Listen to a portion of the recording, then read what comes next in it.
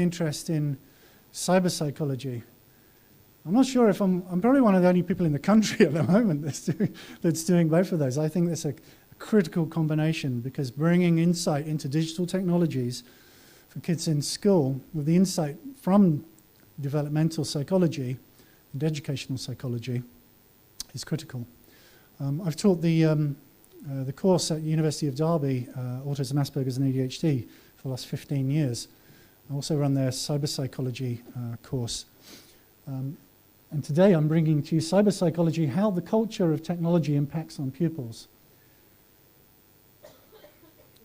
So in terms of what I do, I was part of the formative group, one of the 4 psychologists that formed the British Psychological Society's cyber psychology section, which has been going for about a year now, and I'm also editor-in-chief of their cyber psychology bulletin, which we're going to turn into British Journal of Cyber Psychology. But I'm also co-director of My Child Services, who offer locum services and educational services to schools and multi-academy trusts, and also directly to parents. So I have interests in quite a few stakeholders. Today then I'm going to bring to you why I think cyber psychology is just so fundamentally important to our teaching practice today. I'm going to look at children and digital technology, some of the risks involved for our children and their online behavior especially, including cyberbullying. I'm going to look at digital technology's contribution to education and our changing classrooms in relation to technology and educational technology. And I want you to reflect on this honestly as well. And I'm going to talk about the digital divide between pupils and teachers. So how they may be actually pushing ahead in the understanding of digital technologies and leaving us behind in some circumstances. I also want to talk about the consequences and opportunities for the modern digital classroom, what that might look like, with a nod to, in places, there just isn't funding or time for a lot of this stuff. I understand. And then at the end, if we've got time for questions, then that'd be great. But before we start, right, please be honest. How many times have you checked your phone or a device today? What is it? So it's quarter past 3. This might be email, Google, Facebook, Twitter, Instagram, Amazon, WhatsApp, Messenger, or texting. Yeah? So how many of you left your phones at home? One at least. All right. Thank you. 10 times today. Have you been checking your phones or devices? Up to 20 times. 30 times? You still putting your hands up. 40, 50 times? 60? Right, you've got a problem. So, look, this is burning a hole. I've got a message there. I'm going, Pavlovian response. But seriously, we're addicted, not pathologically, but we've got some form of reinforcement schedule. So that little bell that goes off, that new email, that message, that Twitter post. If we've got it, our kids certainly have it, or they're going to have. Right? What is cyber psychology? Why is this important? Well, in the cyber psychology section, which I represent of the British Psychological Society, we investigate areas around the internet, gaming, social media, virtual reality, augmented reality, online learning. And we hope to answer some of these questions in relation to real people, their motivations, their experiences, and kids. So it's the effects between these machines, these technologies, and people, humanity, and technology. We're at the edge of a digital revolution. We don't know because we're going through it. In our lifetimes, it's completely changed. Computers are behind a lot of things. There's a processor in everything these days. Cyber psychology asks those big, really important questions. By age 4, over half of children use the internet. 4-year-olds in some capacity. And by the age of 10, almost half have their own smartphone. So my kids, 7 and 8, who go to St. Mary's down the road, desperately want a smartphone. Are they getting one? No. they're not, because they'll be on Roblox, they'll be downloading games, they'll be on messenger sites, they'll be talking to whomever it might be. It's unregulated at the moment. It's hard to keep our kids safe in an unregulated environment. But cyber psychology has never been more important for education in the classroom and for our kids' well-being. And we've seen such a rise in educational technology. It's unprecedented. It's been steadily increasing, and it's not going to go away. There's pressure from many different companies. Oh, have some free iPads, try them out, be involved in this pilot, test this out, integrate this network into your teaching. And every year we see different initiatives given to us as teachers. We have to relearn systems, different online platforms. Some of it works really well, some of it is disaster. Blackboards and textbooks are slowly being replaced with devices, online platforms and apps. If that's a good or a bad thing, that's up to you. That's an opinion-based thing. But UK EdTech, educational technology, is expected to reach 3.4 billion by next year. Incidentally, all my references are in the notes to these slides, which I'll make available. 10 years ago, about 20% of teachers integrated technology into their everyday teaching. Now it's 80%. It's probably more than that now, actually. That research is about 2 years old. So they use it, teachers use it in almost every lesson in some form, whether that's a PowerPoint or an interactive whiteboard or an app or a learning pad or an iPad or something like that. Never before have we seen this rise in educational technology. Because of this, we need a national strategy on online safety. Granted, not all of this is directly connected to the internet. A lot of it is. A lot of it is based on networks and cloud systems. Professor Tanya Byron, over 10 years ago, was asked by the Prime Minister at that time to investigate this. And she published a report where she made 38 recommendations for government on keeping children safe online. And this involved things like online gaming and social networking and stuff like that. And partially in response to this, a couple of years ago, the government published their internet safety strategy, which is still being rolled out. And it integrated Ofsted inspectors into including elements of digital safety in their assessments, of which you'll be keenly aware. And introduce a voluntary code of practice for social media companies, of which they pay tribute. They have their policies, but do they adhere to this, and are they effective? Well, you decide. Actually, the NSPCC commented on this. Of Byron's 38 recommendations, only 13 of those have been fully implemented.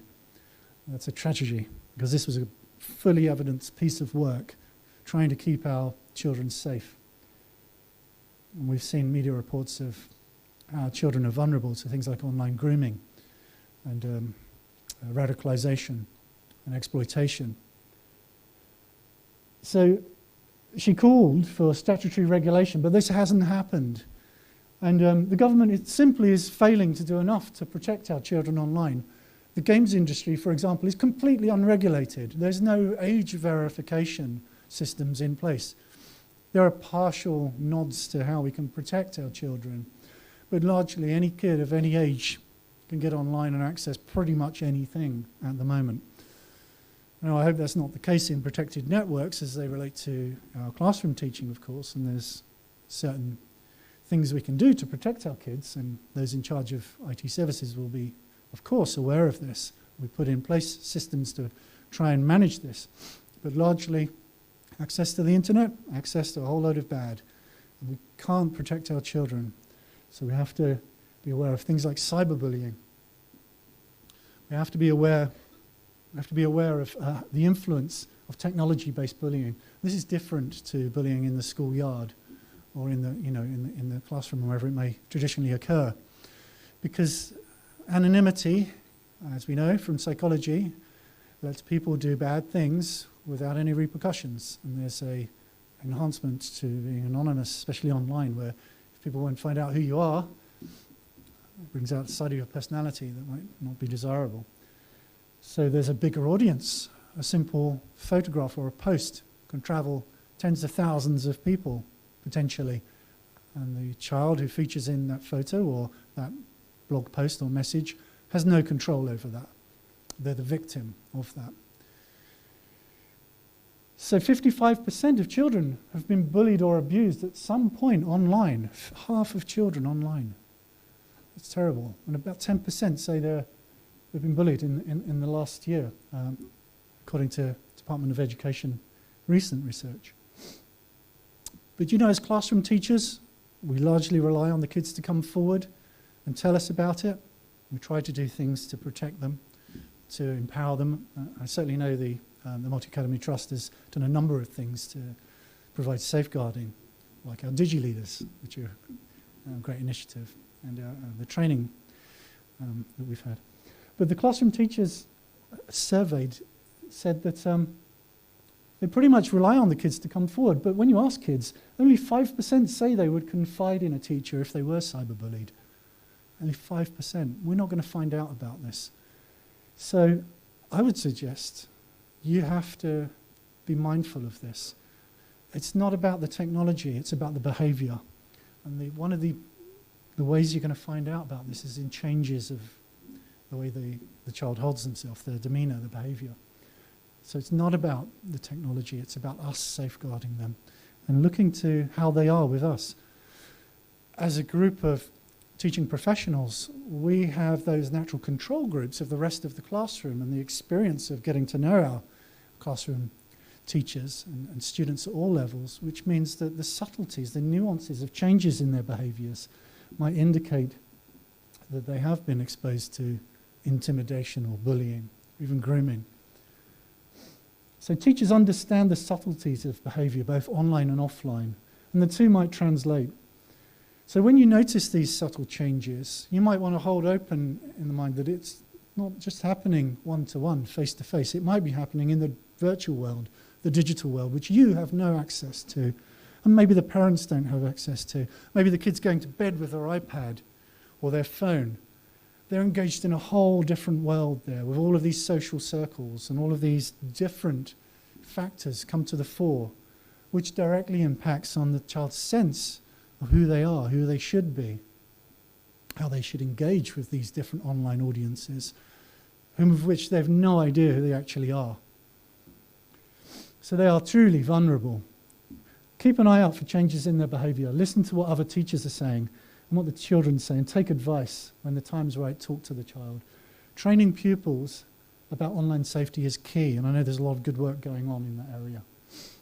But when we consider new technologies then, the effective use of digital technology is driven by the learning and teaching goals, not by the technology itself. So just because you've got access to the latest VR headsets, which are really cool, by the way, and a real draw to kids as well, you don't have to use them. Why would you use something that isn't evidence-based? You don't know there's a good pedagogical reason for that. And ultimately, if you haven't got these strategies, these evidence-based strategies of implementation and the support structures to put in place innovative digital technologies, don't use it, because you're looking to the perfect storm of a nightmare situation where that technology, expensive though it might be, nobody's got the time to invest in learning how to use it and to roll it out effectively. That said, I'm not saying don't use this stuff. I'm just saying know how the learning outcomes and the pedagogy is structured there. So how will any new technology support pupils to work harder, longer, or more efficiently to improve their learning? And it's not necessarily pupils' motivation to use the technology that is going to translate over to effective learning. Generally, pupils are really motivated to engage with new technologies, especially ones that strap onto their foreheads. But does it translate into your learning outcomes, what you want them to learn? Is it in allowing them to meet their developmental milestones, the curriculum? Most often not. And the link between the two needs to be established in a firm evidence base, and that comes from the body of evidence, from the literature, from academic studies. So one shouldn't go in lightly to using this stuff. So the Education Endowment Foundation have done some research on this. Often we think of digital educational technology as either for the pupils or for the teachers. It might be, for cloud-based things like Purple Mash. You all use Purple Mash? Yeah. Great under some circumstances. Parents tend to engage with that. Kids tend to love it. But also classroom-based cloud-based systems as well, platforms. And for the teachers, things like interactive whiteboards and learning platforms. Not every class can afford to have, an iPad for every kid. In a meta-analysis, which is like the royal standard, the gold standard, if you like, of evidence base, 32 of these reviews of reviews, these meta-analyses, all suggest extensive evidence for the positive impact of digital technologies on pupils' learning.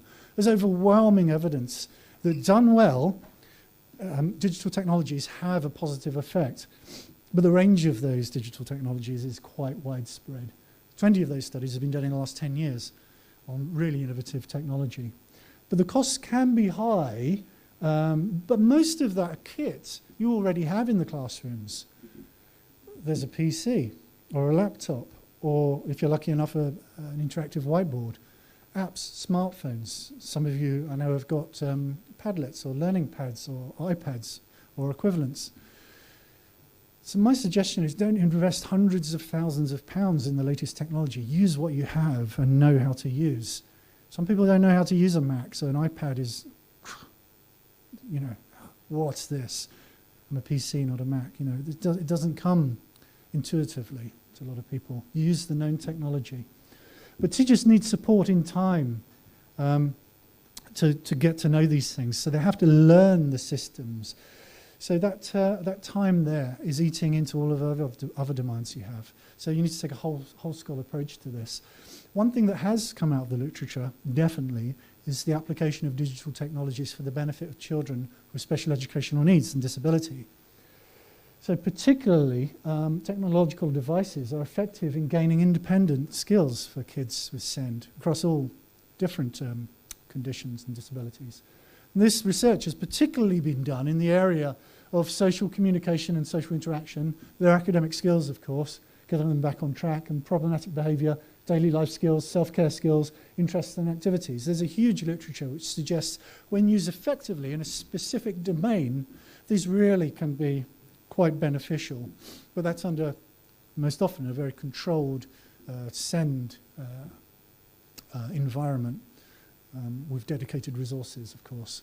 And SENCOs and speech and language therapists will know about this, of course. Well, let's look to the wider impact of technology in the classroom. Of course, technology just isn't your virtual headsets or your iPads. It's all of technology. It's the stuff we use. It's digital watches. It's our smartphone. It's even the calculators we use. Everything is technology. The impact of this has changed the way we teach. There's no doubt about that. That doesn't mean to say that those tried and tested, pedagogically sound methods of chalk and talk or getting our information across into the minds of our children is redundant. Of course it's not. So this stuff facilitates those existing skills. So the traditional means of demonstrating knowledge and understanding have been replaced by this multimedia experience. And it's everywhere, it's pervasive.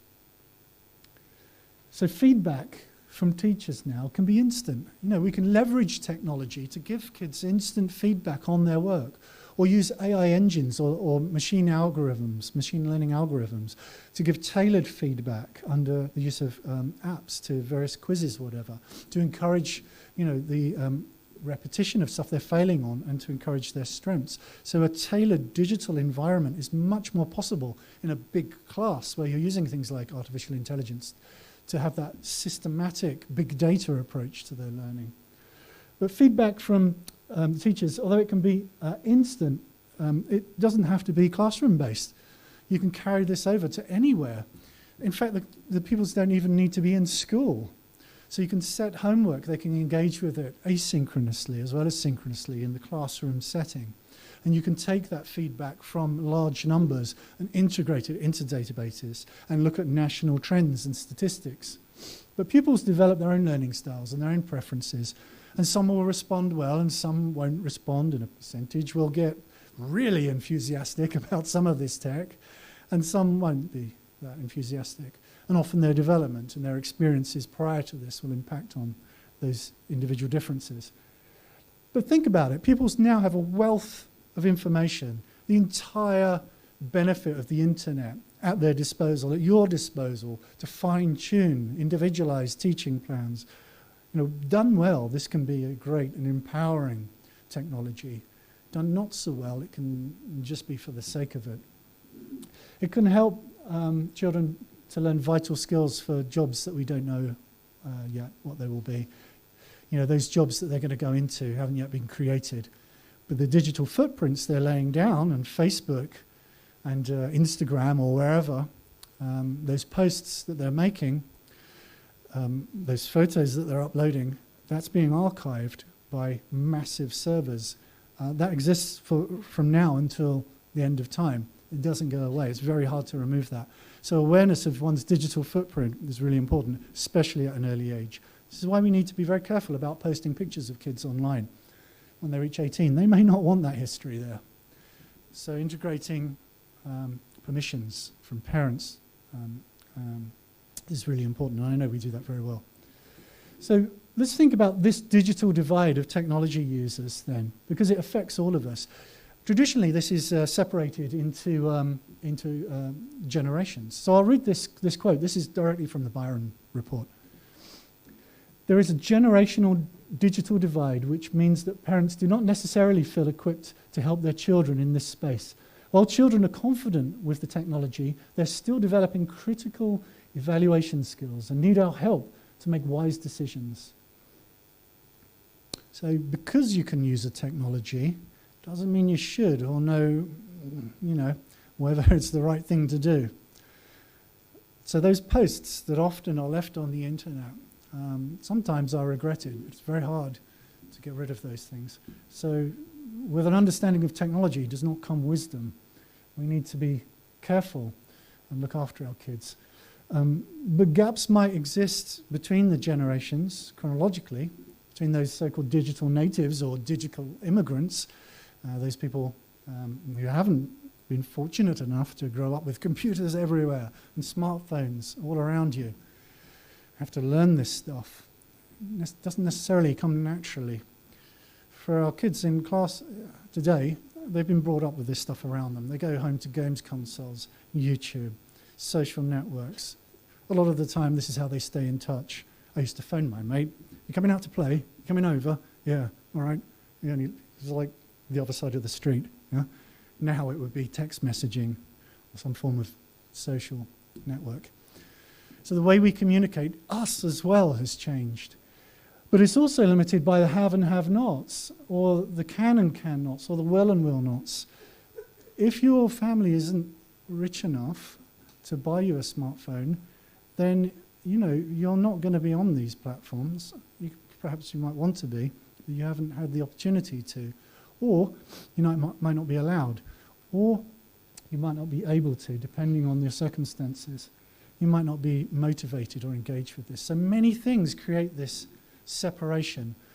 The biggest one, the one I'm most concerned about, is that between teachers and our pupils, between our competencies in the digital world and our class.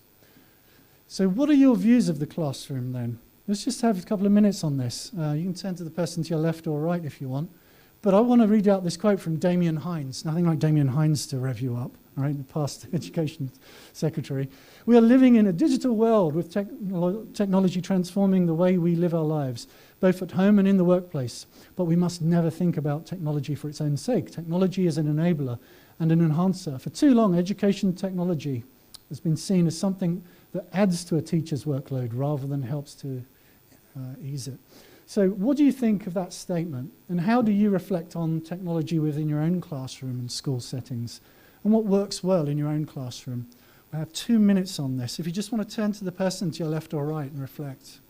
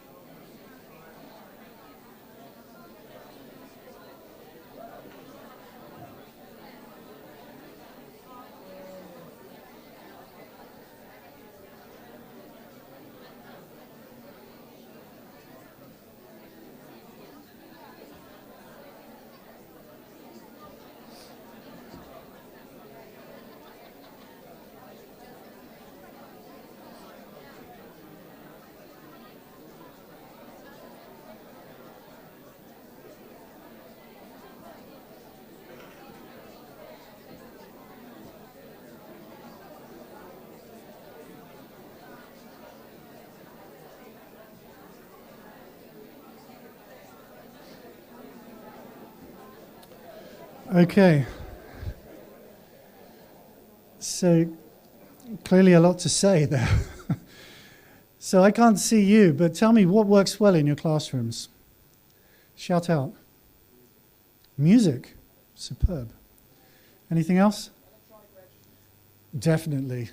Electronic registers. Anything else? YouTube, yeah. Anything else? Yeah, Microsoft OneNote, absolutely. Anything else? Pardon? Impero.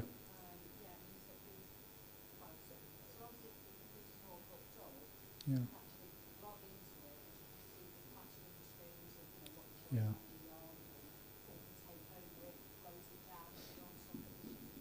Yeah, so control over the local network. Yeah. Anything else? What was that? C? Yeah. Yeah, all of that. I've heard good things. Yeah. Anything else? Shout out. I can't hear you. Self-marking assessment. Oh, yes. Yes. Such a time saver. So you will no doubt have found areas of best practice, but also I'd suggest there's elements of risk there as well and stuff that hasn't worked well, including where you're perhaps encouraged to use platforms en masse without any support for those that have been brought in. And one of the reasons the sector at the moment is utilizing things that perhaps are a little bit too early is because stuff has been given free to schools on the notion of use this as a pilot, see how you get on. And of course, then you're locked into that system. So there's a lot of that going on in the industry at the moment. So we have to be careful that if we embark on a venture of integrating digital technologies into our own sound pedagogies, we're not suckered in to this sector that wants our dollar. Because goodness knows there's not enough money going into the sector at the moment. So we need to be careful about that and how that happens. So let's move forward. And this is quite a funny survey, actually. I've included this because it's quite revealing. There's clearly an emerging shift in culture here. Attitudes might just be changing. A recent survey of 4 to 11-year-olds suggests that over a third of pupils think robots will be in schools in the next few years. I'm not sure whether that's a good thing or even whether they look like this guy. But surprisingly, in this survey, most parents go along with this and they want it to happen. That's not my idea of a robot, by the way. But pupils reported robots being useful in the canteen, as teaching assistants, sorry. So you're going to be replaced by this guy, and as school caretakers as well, so maybe they will look like this guy. The notion of technology as it comes in is checkered by this legacy of previously perhaps what we've considered is effective or not. But pupils understand it differently from us. That's the take-home message. But parents are often quite open. With immersive and addictive technologies, recently the House of Commons did one of these all-party parliamentary groups, and our region was particularly flagged up. Seems to be flagged up quite a bit these days. With concerns. And there were serious concerns about the lack of effective systems to keep children off of platforms, so restricting them by age, especially with online gaming. And some of that stuff is highly addictive. I mean, it's designed to be addictive. One needs grown brains to be able to tolerate the level of reward schedules that are put in place. It's like fruit machines. So this gaming disorder has been coined as a clinical disorder by the World Health Organization, and various other diagnostic manuals are taking this on board. So this is based on excessive and addictive gameplay, where it causes a problem for young people largely in their everyday function. About 1% of young children become completely and totally addicted to certain games. It's often a single game that they invest all of their time in, and it leads them to severe negative outcomes. So we know a proportion of children are at risk of that. But games companies and the social media platforms, they, at the moment, are completely unregulated, and quite frankly, they're not interested. they're not interested. So it's pushed forward by money. And the government can only do so much because we're in an unregulated terrain, and it's quite frankly difficult to protect our kids and to keep them off of these things, which are pulling them in at every possible opportunity and can lead to negative consequences, not just financial, but in terms of their psychological addiction to these platforms. So social media is, the worst of these and the best of these. And there's a lot of good comes from social media. But they're fundamentally changing the way we interact and communicate. If I ask for a show of hands of who's not on Facebook or one of these social platforms, I guess we get many people, a few. I tried to leave them, and I couldn't, because I wanted to know what all my friends were doing and felt left out. I tried. But video games, they're designed to suck you in and spend as much time as possible. Our kids know about video games, especially internet-connected console games.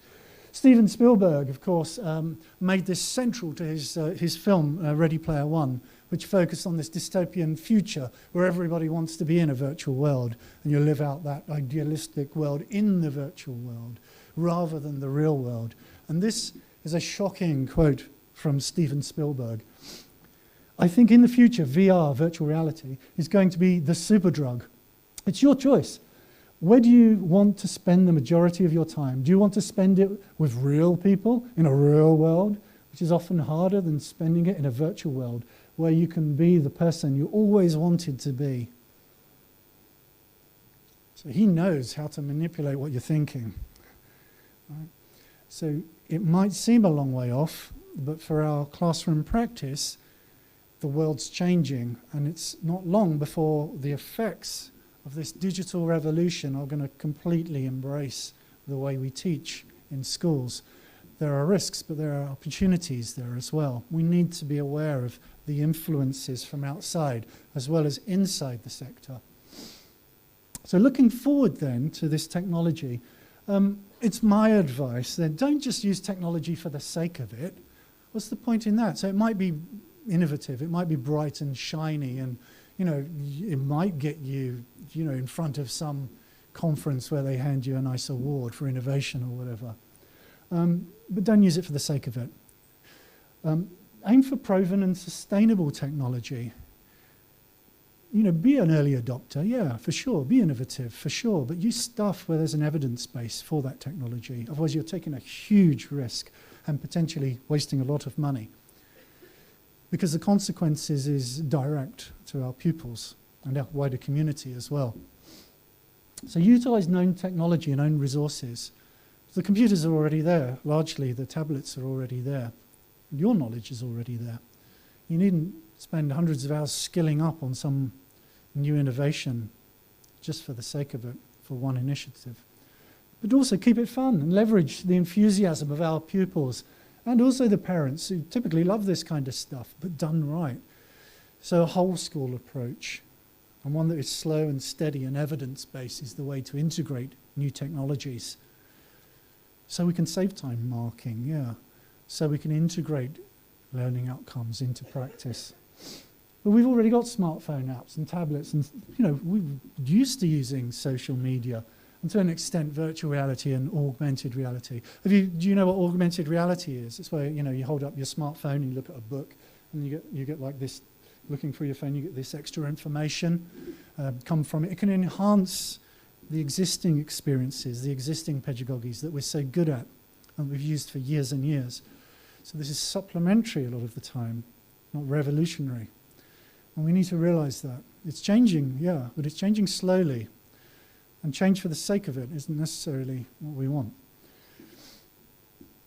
But if you do want to do that, then you're looking at the right person. So innovative technologies have been pushed forward over the last few years. For example, one platform, have you heard of the platform Second Life? You may have heard that. It kind of had its high peak around 2009. It's a virtual world where you can make one of these wonderful avatars and spend hours of your time wasting it going around the virtual world doing all of this virtual stuff, where you eventually lose all of your social skills, but you have a really nice avatar. I brought my students at the University of Derby into virtual lecture theatres and created a new virtual pedagogy. And there's the links out to all of the stuff myself and my collaborators have done and got money from JISC and everything. But eventually the take-home message was you don't need all of these virtual campuses. You don't need the palm trees and these wonderful buildings. You need to focus on the learning outcomes and the pedagogy. So instead of all that stuff and these wonderful virtual lecture theatres, we took our students in to just slabs, we called them, platforms that floated above the ground. And one thing we used to do was to teach them how to write an essay or a psychology lab report. And they could walk in with their avatar. The virtual experience was, oh, that's an introduction, that's a methods section, that's the participants, that's the results section, that's the discussion. And as they walked in, there was auditory stimulus and there were wonderful PowerPoint displays coming out of them, and they could move all of this stuff around structurally so they could visualize a psychology essay there, so they could step inside the learning. So you can do wonderful things with these kinds of platforms, but not after you've gone around that big shiny loop of all of this stuff, doing it for the aesthetics rather than pedagogy. So we learned a tough lesson there. If you want access to these materials, there are downloadables that you can get offline. These slides are available, and I'm more than happy to collaborate on setting stuff up like this, should you want to really push the boundaries of innovation into stuff like this. And this isn't the only platform, of course. There's lots of initiatives. I want to leave you thinking about this stuff, but I think the take-home message really is from one of my colleagues here, a cyber psychologist. What matters is not the screen, but what's happening when children are in front of it. That doesn't change. The way we are with the things that we're faced with, largely that's social interaction, but it can be virtual devices. It can be things we set up for sound pedagogical reasons. People are still people. And what we know about teaching is still incredibly valid and won't disappear. At its heart, teaching is about connection. And although, we might be replaced or separated somewhat in some contexts, or we might facilitate that or augment it or enhance it, essentially it's the same thing. And the response from our kids is the same: curiosity, learning. It's about engagement with new information. And we can bring that to them in new and exciting ways, done right, with an awareness of the risk to them. So the key points then, the take-home messages for today, are that the learning outcomes and the technology must be aligned to the child and their developmental levels, and also their levels of motivation. The child themselves is absolutely at the heart of using digital technologies particularly, and mustn't be forsaken from this dynamic relationship. If they don't get it, there's a good reason, because largely they're better at it than we are. Online safety is vital, as children are at risk from exploitation. There are active online predators out there wanting to exploit our children right now. And the government are doing a lot, and the police are doing a lot to counter this. But they can never do enough. And it's up to us to act as the safety net for our kids, engaging them, educating them about online practice and how to remain safe. New technologies require new teacher roles, new pedagogies, and new approaches to teacher training. Most of all, we need time.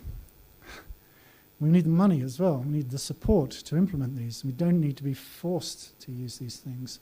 So slow and steady, supported, evidence-based practice is what we're looking at to move into these new worlds, these new territories that, when used, work really well.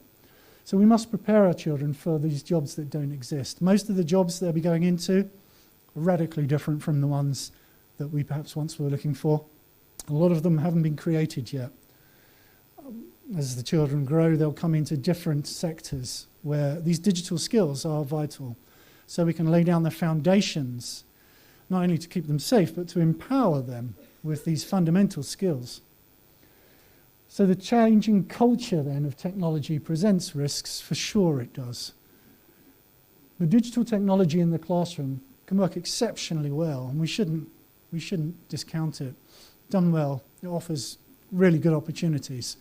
So I hope you come on board with me in exploring these. If you're interested in all of this stuff, I'd like to invite you along to the cyber psychology section of the BPS, the British Psychological Society's inaugural conference. It's the first one that we've done. And here we've got hundreds of people engaging, giving presentations, posters. And if you're quick off the mark, you can still come in as a speaker or do a poster if you want, because the deadline for presenting is on Friday. But please register and come along. We're absolutely crying out for people who have used innovative technologies and who have got something to say about the application of these technologies in a classroom setting. So please consider that. That's at Nottingham Trent University on 7th and 8th of July. Thanks. Are there any comments or questions? You're going to have to wave your hand like this.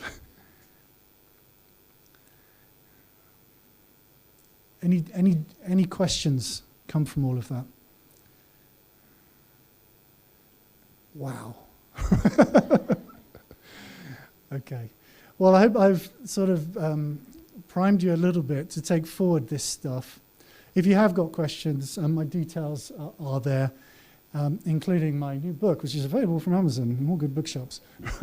And there's a lot of resources there which you can access, including my slides from quite a few talks I've done, and also digital resources as well.